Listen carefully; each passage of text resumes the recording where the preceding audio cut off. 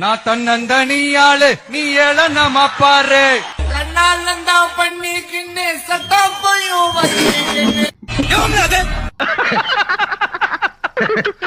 குழந்தைங்க வந்து பிறந்தாங்கன்னா அம்மான்னு தான் சொல்லி அழுகுவாங்க. இப்ப இனிமே பிறக்கிற குழந்தைங்க எல்லாருமே டிவிக்கேன்னு தான் பேச போறாங்க, கூப்பிட போறாங்க. 26ல தளபதி தான் சிஎம் உட்காருவாரு. தமிழ்நாட்டுல அறிவில்லாத முட்டாள் கூட்டம் எத்தனை பர்சன்டேஜ் இருக்குங்கிறத விஜய்க்கு விழுற ஓட்டு சதவீதத்தை வச்சுதான் கடவுள் தீர்மானிக்க போறாரு. நீங்க சூழ்ச்சி செஞ்சு தோத்தா கூட தப்பிச்சிருவீங்க, ஜெயிச்சீங்கன்னு வச்சுக்கோங்களேன் தப்பிக்கவே முடியாது. நாய்களுக்கு நான் பதில் சொல்ல வேண்டிய அவசியம் கிடையாது. இவங்களை போற ஊசி போட்டு கொண்டு வரணும் அப்படின்னு பேட்டி கொடுத்துருக்கேன். ஊசி போட்டு கொண்டு கடல் எலி போட்டணும். இவங்க இந்த பூமிக்கு தேவையில்லாத எக்ஸ்ட்ரா வெயிட். ஊசி போட்டு கொண்டு கடல் எலி போட்டணும். இவங்க இந்த பூமிக்கு தேவையில்லாத எக்ஸ்ட்ரா வெயிட். திமுக பயந்துருக்காங்க. ஏன்னா திருத்தணி தொகுதியில் திமுக கண்டெஸ்டே பண்ணல. ஏன்னா என்னோட பெயரை தளபதி விஜய் அவர்கள் அனௌன்ஸ் பண்ணதுக்கு அப்புறம் திமுக வந்து தேமுதிகக்கு சீட்டு கொடுத்துட்டாங்க. ஒப்பம் வந்துட்டாலும் பெரிய ராஜராஜ சோழன் அப்படியே கத்தி எடுத்து சண்டை போட்டு சொடக்கட்டின்னு ஜெயிச்சிருவாரு. விஜய்க்கு எத்தனை சதவீத ஓட்டு விழுவதோ அதே சதவீத துன்பத்தை தமிழக மக்கள் வரவிருக்கும் ஆபத்துல சந்திக்க போறாங்கிறத மறந்துடாதீங்க. இந்த பார், என் வேலையை நான் பாத்துக்கிட்டு இருக்கேன், அதே மாதிரி உன் வேலையை நீ பாரு. என் வேலையை தாண்டா பாக்குறேன். ஒரு மனுஷன் பாத்துருக்காருல்ல, இவர் வந்து உதயசூரியன் போட்டது அப்பாதான், அதனால உள்ள சைக்கிள் வெளியே பாத்துருக்காரு.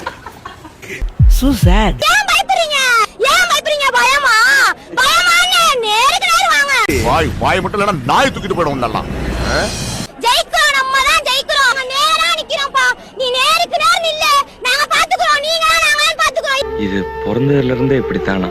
மூளை வளர்ச்சி குறைவான்.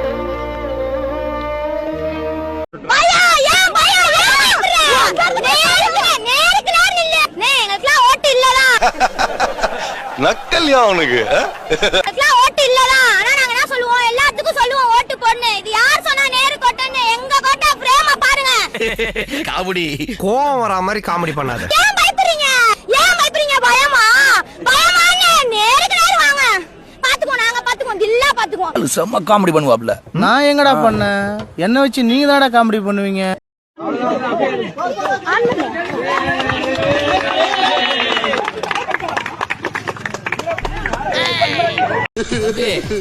தம்பி நான் சொல்றத கேளப்பா. தம்பி அழுகாத, தம்பி அழுகாதீங்க தம்பி. அழுகாத தாங்காதப்பா, அப்புறம் நாலு நேர்ந்து அழுகுறப்பா. நான் எப்படியா இருந்தாலும் நான் கண்டிப்பா தளபதி பார்க்காம நான் இந்த இடத்த விட்டு நான் ஊறவே மாட்டேன். இங்கே படுத்தாலும் பரவாயில்ல. நானு அவ்வளவு வெறி மாப்பிளைக்கு எனக்கு சொல்லவே தெரியல. அவரை பார்க்கணும்னு சொன்னோன்னே என்னோட 2வது அப்பா நான் பார்க்க போறேன்னா என்னால நினைச்சு கூட பார்க்க முடியல. நான் ரொம்பவே எக்ஸைட்மெண்டா இருக்கேன். என்னோட 2வது அப்பா நான் பார்க்க போறேன்னு நினைச்சு கூட பார்க்க முடியல. நான் கண்டிப்பா நான் ஓட்டு போடணும்னா டிவி கேக்கு மட்டும்தான், வேற யாருக்குமே கிடையாது. உனக்கு அறிவு இருக்கா?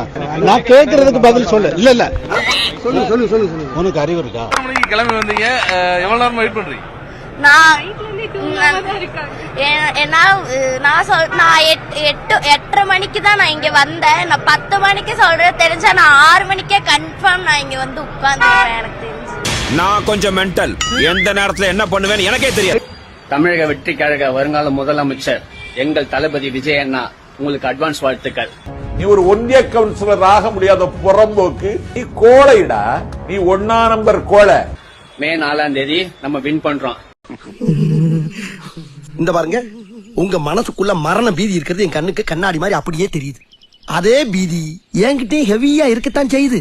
அதை வெளிக்காட்டிக்கிறாம நம்ம அரசியல் பண்ணணும், புரியுதா? சரி தலைவர். அதுக்காக தலைவன் எல்லாம் அத்து விட்டு ஓடிடப்படாது. அட்டாக்கு அதிகமாகிறப்ப ஒரு முடிவெடுத்துருவோம்.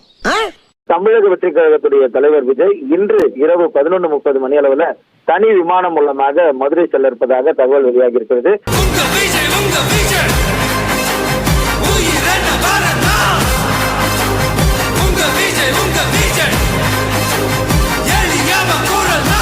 மதுரை செல்லக்கூடிய அவர் தூத்துக்குடி வாயிலாக சாலை மார்க்கமாக நாளை திருச்செந்தூர் முருகர் கோயில்ல, செந்திலாண்டவர் கோயில்ல சாமி தரிசனம் செய்ய இருப்பதாக தகவல்கள் கிடைத்திருக்கிறது. என்னிடம் வராதீர்கள் தம்பிகளே, வகுந்து விடுவேன். எழுத்தாணியை சங்கிலே குத்தி விடுவேன். திருச்செந்தூர் செந்திலாண்டவர் கோயில் மட்டுமல்லாமல் தூத்துக்குடி சுற்றுவட்டாரத்தில் இருக்கக்கூடிய மும்மத வழிபாட்டு தலங்களிலுமே அவர் சாமி தரிசனம் செய்வதற்கு ஏற்பாடுகள் செய்யப்பட்டிருப்பதாகவும் முக்கிய கட்சி நிர்வாகிகள் தூத்துக்குடியில முகாமிட்டிருப்பதாகவும் தகவல்கள் கிடைத்திருக்கிறது.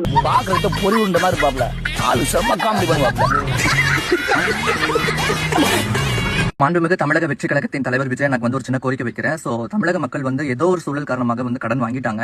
அது என்ன அப்படின்னா அவங்க கட்ட முடியாம ரொம்ப கஷ்டப்பட்டு இருக்காங்க. சோ இந்த விஷயத்தை பத்தி எடுத்து பேசுங்கன்னு சொல்லியிருக்காங்க. அண்ணா நாளைக்கு நீங்க ஆட்சிக்கு வந்ததுக்கு அப்புறம் ஒவ்வொரு வீட்டுக்கும் நீங்க ஒரு 5 லட்சம் ரூபாய் கொடுத்தா நல்லா இருக்கும். ஒரு பைத்தியக்கார பைலட் மாட்டிட்டு படுற பாடு. ஏன் கேக்குறீங்கன்னா அவங்களும் அந்த 5 லட்சம் ரூபாய் கடன் வாங்கியிருக்காங்க. ஆனா அது 50 பேருக்கு கட்டுற மாதிரி இருக்கு. சோ அவங்களால ரிப்பீட்டடா ஒர்க்குக்கு போய் அதை கட்ட முடியல. சோ நீங்க ஆட்சிக்கு வந்ததுக்கு அப்புறம் ஏதோ அவங்க தேவைக்கு ஏற்ப மாதிரி நீங்க ஒரு 5 லட்சமோ ஒரு 3 லட்சமோ நீங்க கொடுத்தீங்க அப்படின்னா உங்க ஒருத்தருக்கு மட்டும் அது கடன் கட்டுற மாதிரி இருக்கும். என்ன பாக்குறீங்க? இவன் ஒரு பிச்சைக்காரப்ப 10 பைசா தான் போட்டான். 10 பைசா தான் போட்டான். முக ஸ்டாலின் உட்கார்ந்தாருனா நாங்களே பிள்ளைகளும் மருந்து ஊத்தி கொண்டுறோம், நாங்களும் மருந்து குடிச்சே செத்துறணும். தயவு செஞ்சு நான் சொல்றேன், விஜய் அவர்கள் ஒரு வீடியோவாவது போடுங்க. கரூர் சம்பவம் மாதிரி சம்பவம் நடந்ததுக்கு அப்புறம் வீடியோ போடாதீங்க. உப்பா பொறுக்கிறவன் 2 பொண்டாட்டி வச்சிருக்கான். கூட்டுறவன் 4 புருஷன் வச்சிருக்கான். காசு இல்லாதவங்க கூட 10 பொண்டாட்டி 10 புருஷனோட ஜாலியா வாழ்றாங்க. எங்கள்கிட்ட காசு இருக்கு, நாங்க வச்சுக்குவோம், வச்சுக்காம போவோம். பிள்ளைய ரொம்ப அற்புதமா வளர்த்திருக்கமா நீ. உங்களுக்கு என்ன அரசியல் தானே, ஓட்டு தானே, ஓட்டுக்குள்ள வச்சு நீங்க சமாளிக்கணும். இது சீக்ரெட் மேரேஜ் தான், நம்மளுக்கு ஒண்ணும் இல்ல. அந்த சங்கீதாவுக்கு இப்பதான் நேரமே கிடைச்சிருக்கு. ஸ்டாலின் சங்கீதாவோட கரெக்ட் பண்ணி காசு கொடுத்துருப்பான். எலெக்ஷன் அன்னைக்கு நீ கரெக்டா டைவர்ஸ் வாங்க வந்துரு, நான் உங்க 2 பேருக்கு டைவர்ஸ் வாங்கி கொடுத்துறேன்னு ஸ்டாலின் தான் சொல்லிருப்பான். ரொம்ப பயங்கரமான ஆளா இருப்பாரு. நான் விஜய் அண்ணாவை பார்த்துட்டு உணர்ச்சி வாசத்துல என்ன பேசணும்னு எனக்கு தெரியல. நான் பெரியவங்களா அப்படி சொல்லிருக்க கூடாது, சிஎம் சார் அப்படி சொல்லிருக்க கூடாது, சீமான் சார் அப்படி சொல்லிருக்க கூடாது. தூய்மை பணியாளர்களுக்கு மட்டும் ஒண்ணு சொல்லணும். சொல்லுங்க. நான் பொதுவா சொல்லிருக்கணும். நான் அவங்கள குறிச்சு சொன்னது என் மேலதான் தப்பு. சொல்ல போனா எங்க பெரியம்மாவும் அந்த வேலை தான் பாக்குறாங்க. எனக்கு வயசுக்கு மீறினவங்கள நான் அப்படி மரியாதை இல்லாம சொல்லிருக்க கூடாது. எல்லாரும் என்ன மன்னிச்சிருங்க. உச்சமே இல்ல. ஒரு மாணவர்கள் மத்தியில பேசுறாங்க. அந்த மாணவர்களிடம் விஜய் வரட்டுமே, விஜய் ஒரு புதிய சக்தி, விஜய் ஒரு ஊழலுக்கு அப்பாற்பட்டவர் அப்படிலாம் பேசும்போது ஜேம்ஸ் வசந்தனுக்கு சிரிப்பு வந்துருச்சு. ஊழலுக்கு அப்பாற்பட்ட ஒரு விஜய் எந்த அடிப்படையில பேசுறீங்க அப்படின்னு. அவர் உழைச்சி சம்பாதிச்சார் சார். சார் உழைச்சி எவ்வளவு சம்பாதிச்சிருப்பாரு? கருப்பு பணம் ஊழல் தானே. சினிமா சைடுல ஊழல்வாதியா இருக்கான். சரியா, அரசியல் சினிமா ஊழல் வேற, அரசியல் ஊழல் வேற. Sir difference impact. இப்போ தம்பி என்னப்பா, சினிமால இருந்து உனக்கு 10 லட்சம் கொடுத்தா வாங்கிக்க மாட்டியா? அரசியல்ல இருந்து 100 ரூபாய் கொடுத்தா வாங்கிக்க மாட்டியா? காசு தானப்பா. திருட்டு தானப்பா. ஆமா சார், ஊழல் தான் சார். எல்லாம் ஓகே. 2 கோடி ஊழல் தானே சார். 10 லட்ச ரூபா இருந்தாலும் ஊழல் தான் சார். என்னப்பா பேசிட்டு இருக்கோம் சார்? முடிஞ்சு போச்சுல்ல சார். ஊழல்வாதின்னு ஒத்துக்கிறீல்ல?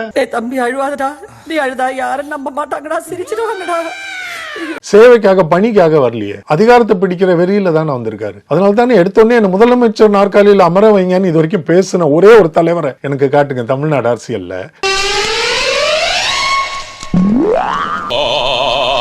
ஒரு 30 ஆண்டுகளுக்கு முன்னாடி போனா அவங்க சொல்லியிருப்பாங்க, ஆனா அது டிஜிட்டலாவோ அப்படி ஏதாவது ஒண்ணு வரலாற்றை நம்ம சொல்ல முடியாம நம்மளா திருச்சி சொல்லிட்டு இருக்கிறோமா? பெரியார் 70 ஆண்டுகள் முன்னாடி சொன்ன கருத்தை வரிக்கு வரி வார்த்தைக்கு வார்த்தை நீங்க ஒவ்வொருத்தரும் விமர்சிக்கிறாங்களே. சொன்ன கருத்துக்கள் எல்லாம் பதியப்பட்டு இருக்கு, எல்லாம் நூலா இருக்கு, வரலாற்று ஆவணமா இருக்கு, முரசொலியில இருக்கு, அவருடைய விடுதலை பத்திரிகைகள்ல இருக்கு. பேரறிஞர் அண்ணா அப்படி பேசினாரு, காமராஜர் இப்படி பேசி இருக்கிறாரு. அதாவது என்னை முதலமைச்சர் நாற்காலியில் அமர வைங்கள்னு, ஆட்சியில் நாங்கள் வந்தால் இதை செய்வோம்னு சொல்லுவாங்க, எங்களுக்கு அதிகாரம் கிடைத்தால் நாங்கள் இதை கொண்டு வருவோம், இதை மாற்றுவோம்னு சொல்லுவாங்க. என்ன முதலமைச்சர் ஆக்குங்கன்னு முதல் மாநாட்டில இருந்தே வந்துகிட்டு பேசிட்டு இருக்க ஒருத்தர் வெறும் அதிகார ஆசையில மட்டும்தான் வந்திருக்கிறார்ன்றனாலதான் நமக்கு அவர் மேல கொஞ்சம் கூட மதிப்பும் நம்பிக்கையும் ஏற்படல. இந்த வீடியோ உங்களுக்கு பிடிச்சிருந்தா கண்டிப்பா லைக் பண்ண மறக்காதீங்க. அப்படியே உங்க நண்பர்களுக்கும் ஷேர் பண்ணுங்க. நீங்க பண்ற ஒவ்வொரு லைக்கும் தான் இந்த வீடியோவை மற்ற நண்பர்களுக்கும் கொண்டு போய் சேர்க்கும். மறக்காம சப்ஸ்கிரைப் பண்ணுங்க. உங்க கருத்துக்களையும் கமெண்ட் பாக்ஸ்ல பதிவு பண்ணுங்க.